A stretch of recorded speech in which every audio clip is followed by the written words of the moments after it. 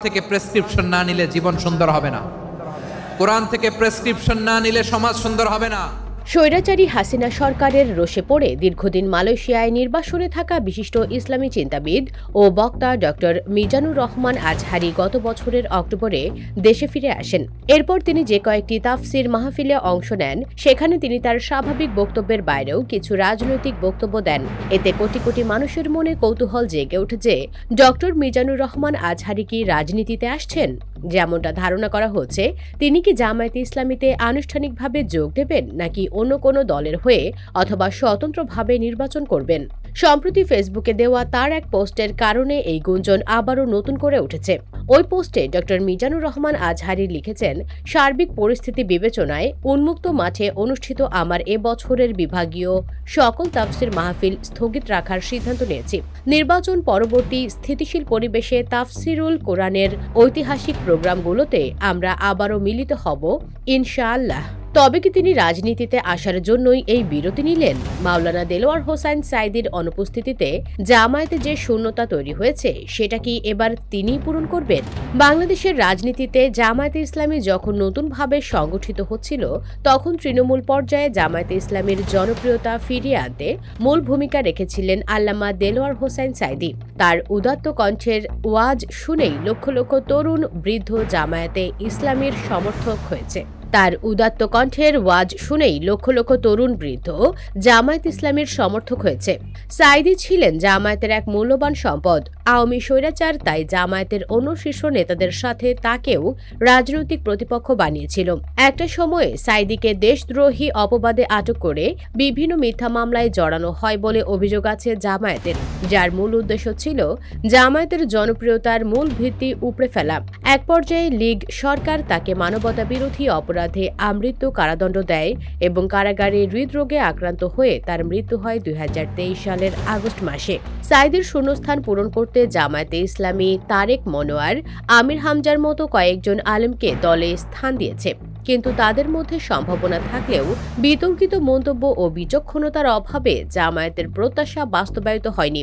দলের মধ্যে এখনও এমন একজন নেতার অভাব রয়ে গেছে, যিনি ধর্ম, রাজনীতি এবং জনপ্রিয়তাকে একসাথে কাজে লাগাতে পারেন। এজন্যই ডক্টর মিজানুর রহমান আজহারিকে নিয়ে জামায়াত ভীষণ আগ্রহী। সাঈদীর মতো ডক্টর মিজানুর রহমান আজহারিও সুবক্তা। তিনি সবসময় ইসলামের মধ্যম পন্থার সৌন্দর্যকে মানুষের সামনে সুন্দরভাবে উপস্থাপন করতে পারেন, যা জামায়াতের আদর্শের সাথে মিলে যায়। এছাড়া ইসলামের জ্ঞানগর্ভ আলোচনা অত্যন্ত সাবলীলভাবে ও বোধগম্য ভাষায় সবার মাঝে ছড়িয়ে দেওয়ার চমৎকার ক্ষমতা আছে তার। দেশের ধর্মপ্রাণ মুসলমানদের বেশিরভাগ লোকই তাকে পছন্দ করে। বিশেষত দেশের তরুণ সমাজের মাঝে তিনি তুমুল জনপ্রিয়, যে তরুণরা হয়তো এবারই প্রথম ভোট দেবেন। এসব কিছু বিবেচনায় নিয়ে জামায়াত অনেকদিন ধরেই তাকে রাজনীতিতে আসার জন্য উৎসাহ দিয়ে যাচ্ছে। কিন্তু ডক্টর মিজানুর রহমান আজহারি তার ইসলামী চিন্তাবিদ ও প্রচারক পরিচয়েই সন্তুষ্ট ছিলেন, অন্তত এতদিন ছিলেন। শোনা যাচ্ছে এখন তিনি নীরবে জামায়াতে ইসলামীতে যোগ দেওয়ার প্রস্তুতি নিচ্ছেন। মালয়েশিয়া থেকে দেশে ফেরার পর তিনি জামায়াতের আমির ডক্টর শফিকুর রহমানের সঙ্গে একান্ত বৈঠক করেছিলেন। সেই বৈঠকে রাজনীতি, নির্বাচন এবং ভবিষ্যৎ পরিকল্পনা নিয়ে তাদের মধ্যে দীর্ঘ আলোচনা হয়েছিল। এর কিছুদিন পর এক মাহফিলে মিজানুর রহমান আজহারি বলেন, ইসলামের আলোকে দেশ সাজাবো, কোনো জঙ্গিবাদ, সন্ত্রাস সৃষ্টি হতে দেওয়া যাবে না। 15 বছরে দেশে প্রচুর লুটপাট হয়েছে। যখন অন্য দেশ উন্নয়নে ব্যস্ত, তখন আমাদের দেশের সরকার লুটপাটে মগ্ন। এক দল যায়, আরেক দল এসে লুটপাট চালায়। আমাদের কোরআনের আলোকে দেশ করতে হবে। আজহারির এই বক্তব্যে বিএনপি বেশ অপমানিত বোধ করে। এর প্রতিবাদে বিএনপির জ্যেষ্ঠ নেতা শামসুজ্জামান দুদু এক আলোচনায় ইসলামী বক্তা মিজানুর রহমান আজহারিকে রাজনীতিতে সক্রিয় হতে চাইলে জামায়াতে যোগ দেওয়ার পরামর্শ দেন। ডক্টর মিজানুর রহমান আজহারি তখন রাজনীতিতে অনাগ্রহ দেখিয়ে বলেছিলেন, অনেকে আমাকে রাজনীতির মাঠে আসার কথা বলেছেন। আমি রাজনীতিতে আসতে চাই না। আমি কোরআনের খেদমতে কাজ করি। এর বাইরে আমি কোনো কিছু করতে চাই না। তবে বরফ বোধ হয় এবার গলতে শুরু করেছে।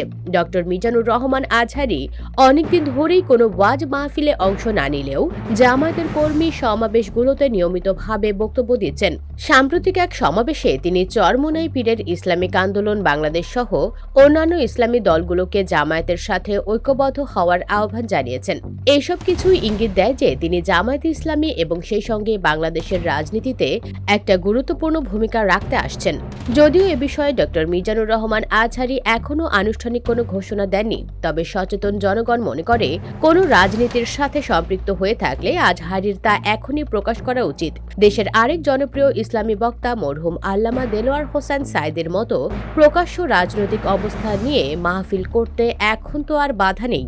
আর চাইলে তিনি ঢাকা বা দেশের অনেক নির্বাচনী এলাকা থেকে সংসদ নির্বাচন করে অনায়াসে বিজয়ী হতে পারবেন। সেই জনপ্রিয়তা এবং যোগ্যতা তার আছে। ভিডিওটি ভালো লাগলে লাইক ও শেয়ার করুন এবং আমাদের চ্যানেলটি সাবস্ক্রাইব করে রাখুন। ধন্যবাদ।